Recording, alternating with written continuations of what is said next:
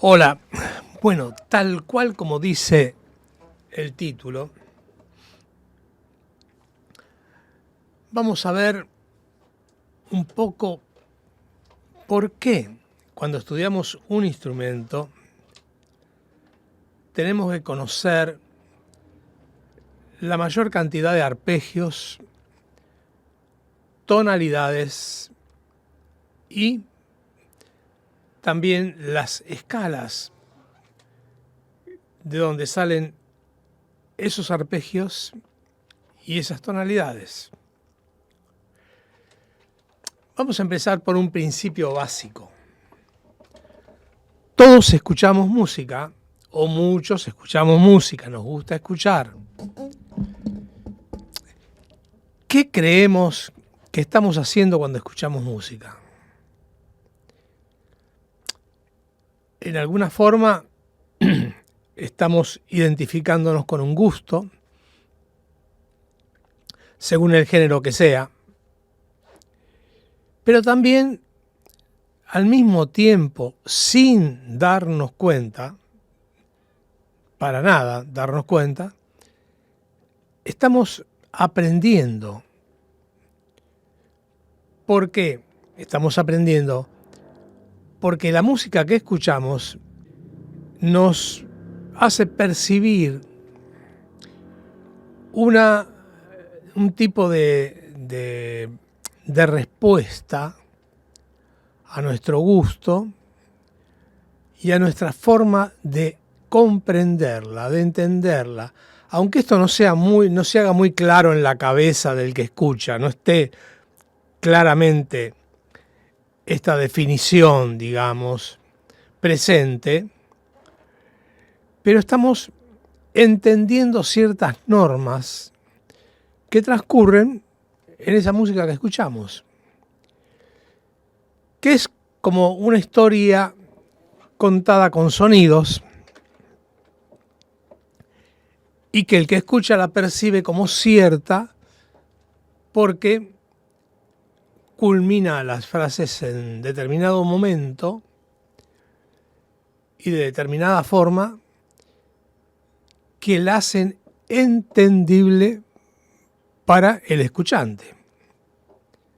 Si algo de eso se modifica, el que escucha no encuentra la respuesta buscada.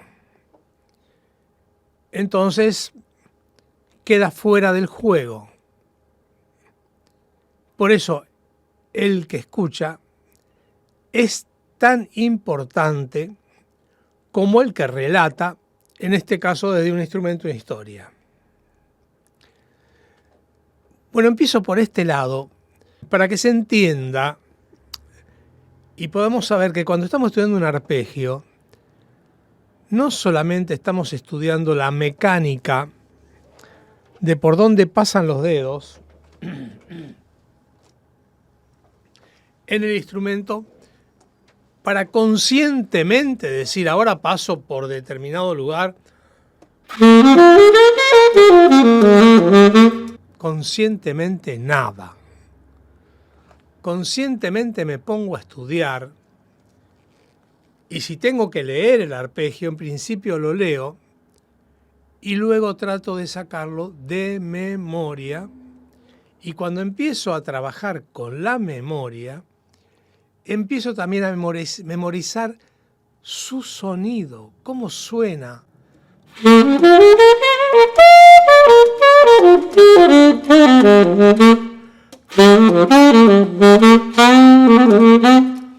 Es decir, cómo suena esto, cómo relata un sonido y relata una historia a través de ese sonido. Porque cuando toco, ya sea un arpegio o ya sea una escala, yo estoy con ese, llamémosle, así entre comillas, alfabeto musical, tratando de ser lo más claro posible en la redacción, en el cuento que estoy contando. Porque si no soy, digamos, un poco claro en lo que estoy contando, y no se ajusta a las reglas del que el que escucha tiene establecidas, no le estoy contando nada. No estoy hablando de nada. Entonces, ¿qué pasa? El principio, para poder llegar al otro, porque yo estoy dando un mensaje desde acá con mi instrumento, contando lo que siento y lo que me pasa en esta historia, y tengo que crearle un interés al que está enfrente, porque es en alguna forma el que va a sentirse conmovido por lo que le estoy contando y va a entender que lo que le estoy contando en este discurso, el discurso musical, le interesa y lo comprende. Pero si está fuera de su idioma y de su cultura habitual, realmente va a decir: ¿qué estoy haciendo acá? Porque me aburro, yo no estoy fuera de juego, yo no estoy participando de esta conversación. La conversación en realidad es un ida y vuelta y te preciso, escuchante, para poder compartir entre el que toca y el que escucha en alguna medida un 50%. No te digo que tengo que ser exactamente claro todo el tiempo, porque si no voy a resultar obvio. Entonces, en algunos momentos tengo que tener también algo que te sorprenda, algo que no esté dentro de lo habitual en tu escucha y en alguna medida esto que te sorprende contribuye a tu interés de seguir escuchando. Ahora, para todos los que ya conocen, porque hay muchos que ya conocen cómo funciona esto, porque a través de la historia de la música, si bien esta se fue desarrollando en gran forma, las bases han seguido siendo las mismas. Es decir, no se inventó una nueva música, sino sobre la música conocida y sobre las bases habituales se fueron agregando cosas por el crecimiento mismo del interés de los músicos en producir cambios. Pero esos cambios, en alguna medida tienen que obedecer a algo, no sé si diría la palabra lógico, pero sino a algo que puede ser entendible. Digamos, entendible a nivel lo más amplio posible. Pienso eso. Por ejemplo, lo más común, y esto la mayoría de los que van a escuchar esta conversación lo entienden, son las frases de segundo, quinto, primero. Según los grados de la escala, el segundo grado menor, el dominante y, digamos, su posterior culminación, digamos, de la frase. El cierre de la frase en el primero. Pero ¿qué pasa? Mi cerebro, en alguna medida, tiene que tener ya armado cómo suenan esos grados y también el tiempo de duración de esos grados, cuántos compases abarca de duración esa frase. Sepamos también que las frases nunca son demasiado extensas, porque así como hablamos, las frases que decimos en nuestro Parlamento tienen una duración. Y tienen una duración de acuerdo a nuestra manera de exhalar y aspirar. Porque si la frase es muy larga, y esto a más de uno le habrá pasado, querer extenderse en la frase, quedarse sin aire y hacer una bocanada. Y entonces sigo hablando. Tengamos en cuenta esto, porque las melodías tienen como acotado una distancia, como tienen una distancia acotada. Dicen en un plazo. Entonces el segundo, quinto, primero, tan conocido, mayormente se desplaza en un plazo de 4 compases. Y en esos 4 compases la armonía produce determinado sonido, con lo cual nos da una idea.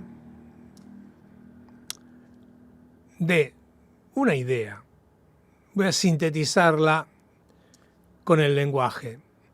De sujeto, verbo y predicado, o sujeto, verbo y culminación, cosas así.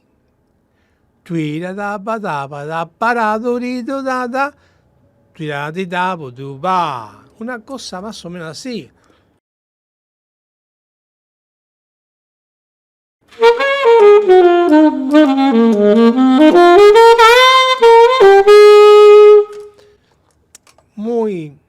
Un canto de niños, digamos, muy resuelto, muy barroco, por lo clásico simplista, o como una canción de cuna, que ya sabemos cómo termina, cómo finaliza, pero si escuchamos la armonía,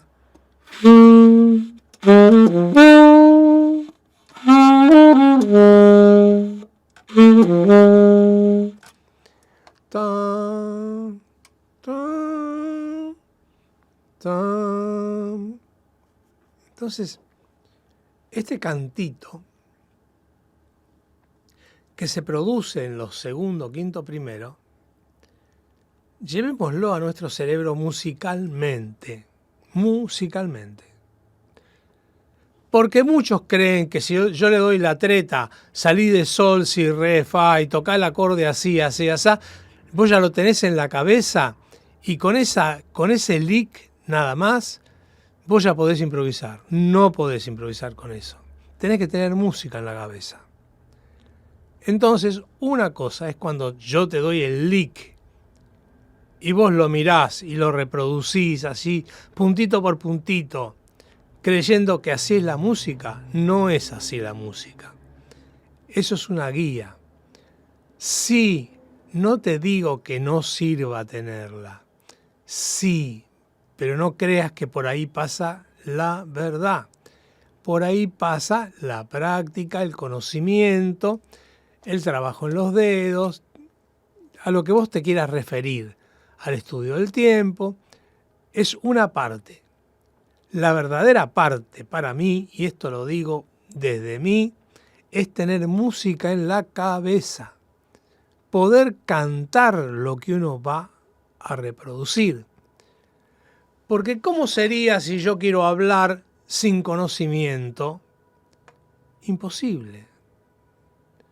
Para poder expresarme en el idioma, he tenido que ir a la escuela, he tenido que componer frases, he tenido que aprender a leer, hasta formar un concepto propio que me dice cómo debo manifestarme con el conocimiento que tengo para que el que está del otro lado pueda comprender de qué estoy hablando. porque si no estaría diciendo cualquier cosa que no tendría el menor sentido. Entonces, ese proceso que tuve que aprender para poder conversar y expresar en alguna medida mi conocimiento, lo mismo debo hacerlo desde un instrumento, sea cual fuere. Pero voy a tocar música. Entonces, ¿qué es lo que debo aprender? ¿Cómo suena? ¿De qué manera suena? ¿De qué manera lo digo musicalmente? Así como lo estoy diciendo verbalmente, lo tengo que decir musicalmente. Ahora, vamos al lugar. ¿Por qué los arpegios? Porque los arpegios forman parte de las notas que componen la armonía. ¿Dónde está la armonía?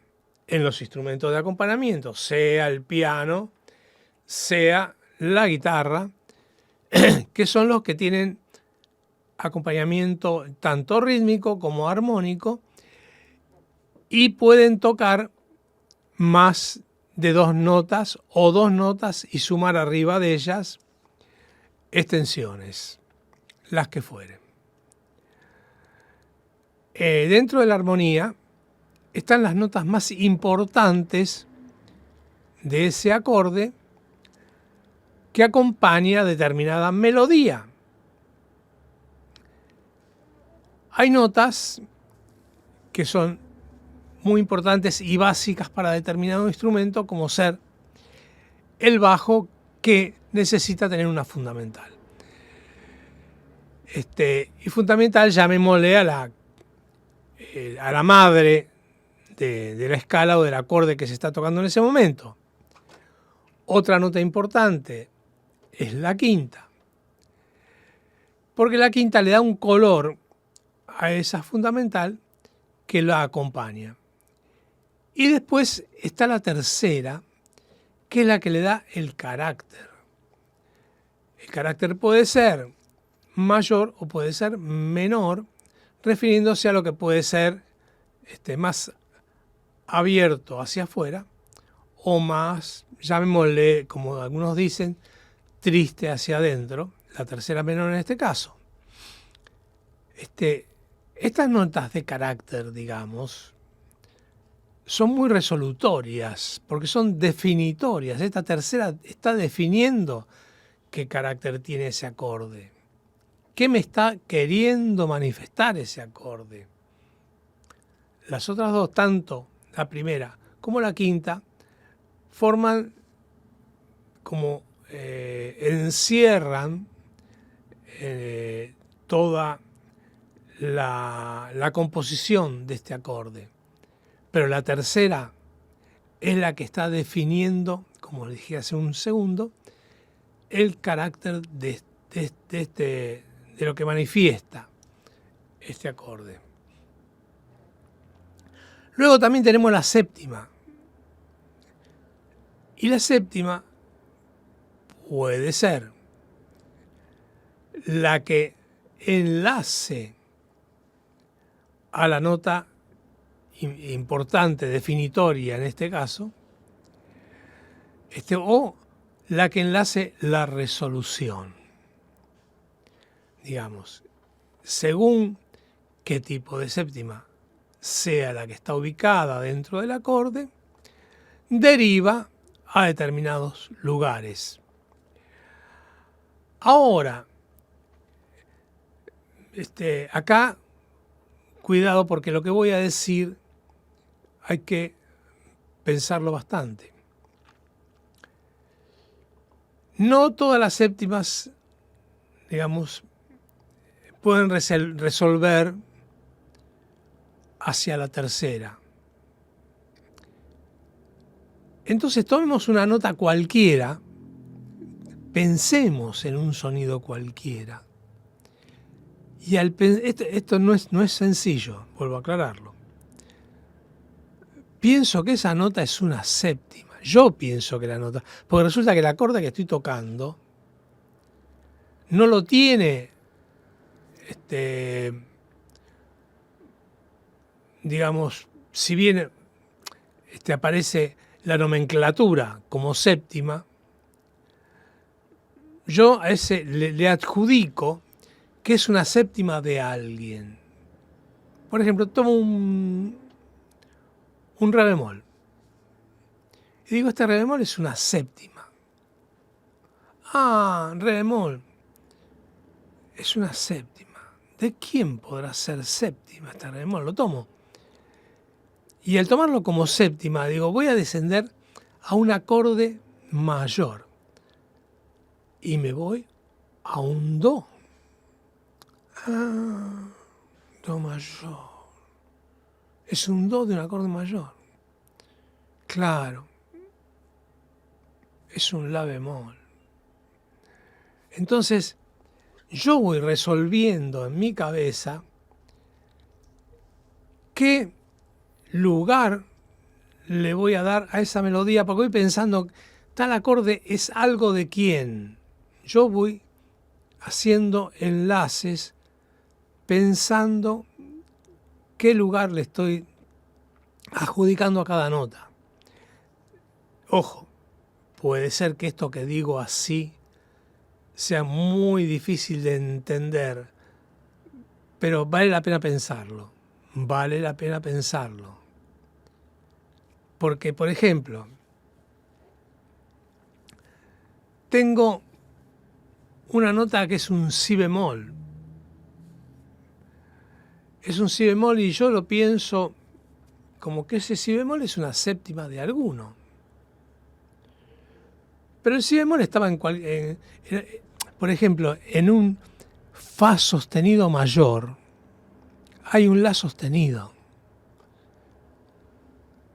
Y si ese la sostenido, en vez de pensarlo como la sostenido, lo pienso como si bemol, ¿a dónde me lleva? Me lleva a un la natural. Ah, y ese la natural ¿será la tercera mayor de fa? ¿O ese la natural será un la menor?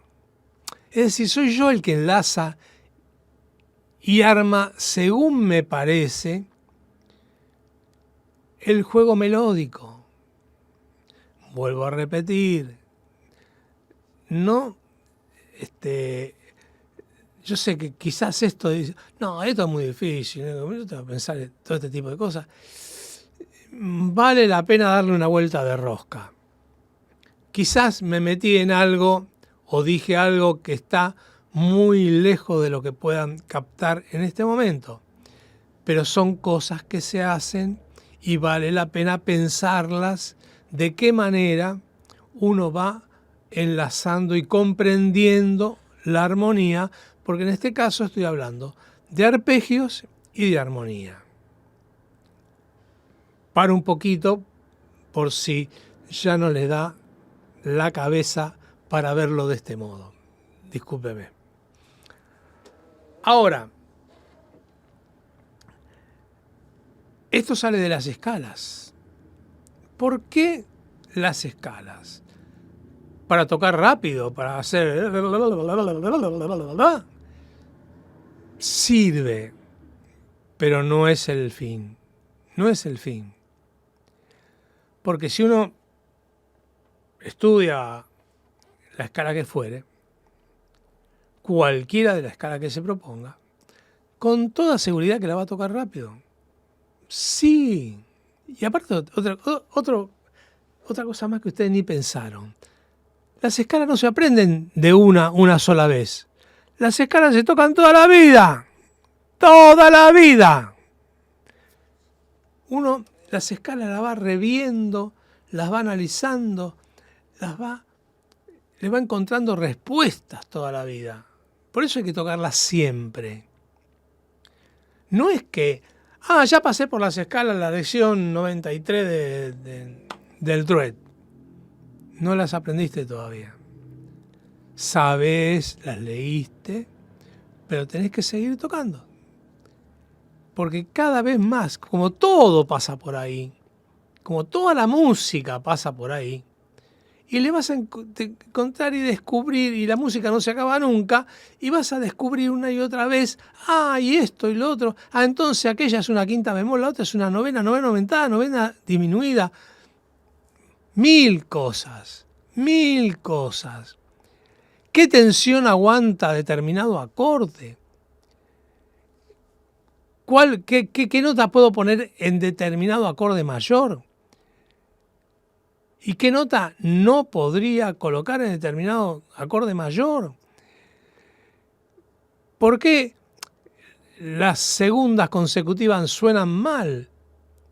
O en determinada forma como efecto puede sonar bien. ¿Qué es lo que debo evitar, digamos? ¿Y qué es lo que debo enfatizar? Y acá se me ocurre una idea cuando hablo de enfatizar. En los acordes menores, y ya lo he dicho en otro video, hay una nota que es, digamos, la nota como importante dentro del acorde, porque es la que lo caracteriza al acorde. Y en este caso es la séptima mayor. En un acorde menor o en una escala menor, la séptima mayor es la que influye dentro de ese acorde, dentro de esa melodía. Porque es la característica que resuelve de determinada manera. Si en vez esta sexta fuera menor, resolvería de otra manera. Entonces, una deriva hacia un lugar y otra sexta deriva hacia otro lugar, da otra característica, define de otra forma. Entonces, ahí está el tema de por qué debo saber a qué escala pertenece determinado acorde. Porque, vuelvo, estoy hablando de re menor. Si ese re menor tiene un si natural, que es una trecena mayor, digamos, va para adelante y se va al do. Se va directamente al do. Si esta fuera un si bemol, que es una trecena bemol, y me resuelve un la. Punto. Entonces, acá estoy, digamos, viendo las diferencias. Y el acorde es el mismo, pero está pasando otra cosa. En cuanto al armado melódico, y otra de las cosas que agrego sobre esto de armado melódico, es a dónde me dirijo. Yo sé que he salido de un arpegio, pero ¿en qué nota me voy a quedar para continuar melódicamente hablando?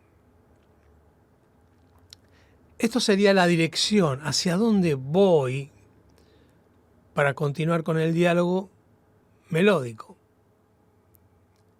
Entonces, tengo que tener una idea de abordaje que podría ser el arpegio.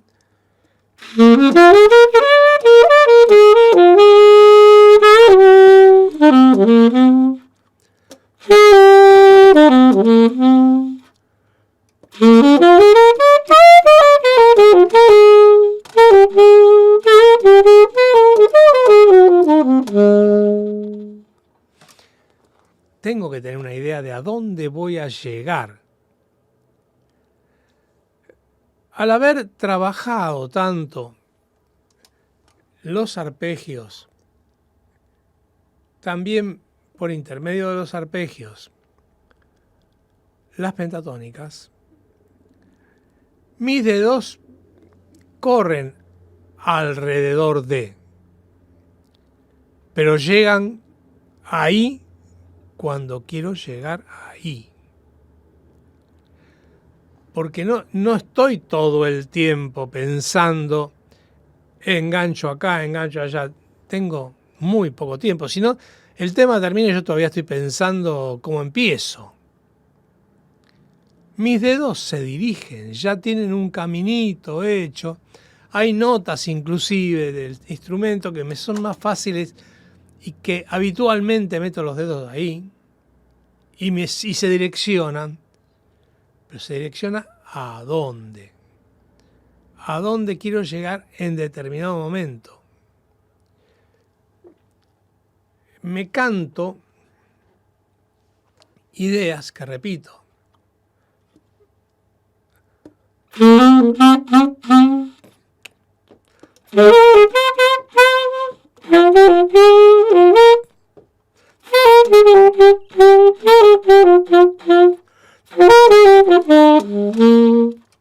Es decir, me canto ideas que repito. Me las voy diciendo. Y al mismo tiempo voy tocando sobre estos acordes, sobre estas escalas, pero sé dónde estoy parado. Está pasando, en la base está pasando esto, o esto, o esto. Estoy de acuerdo con mis instrumentos acompañantes y ellos se sienten seguros de a dónde voy a caer, aunque no sea obvio. Intuyen la dirección hacia dónde vamos. Entonces, esto es como lo que hace al todo de lo que puede ser una creación melódica. Cómo debemos plantearnos en nuestro cerebro una creación melódica. No es mover los dedos rápido porque sí nomás y tirar fruta de cualquier manera. O que la casualidad haga que lo que estamos haciendo nos guste.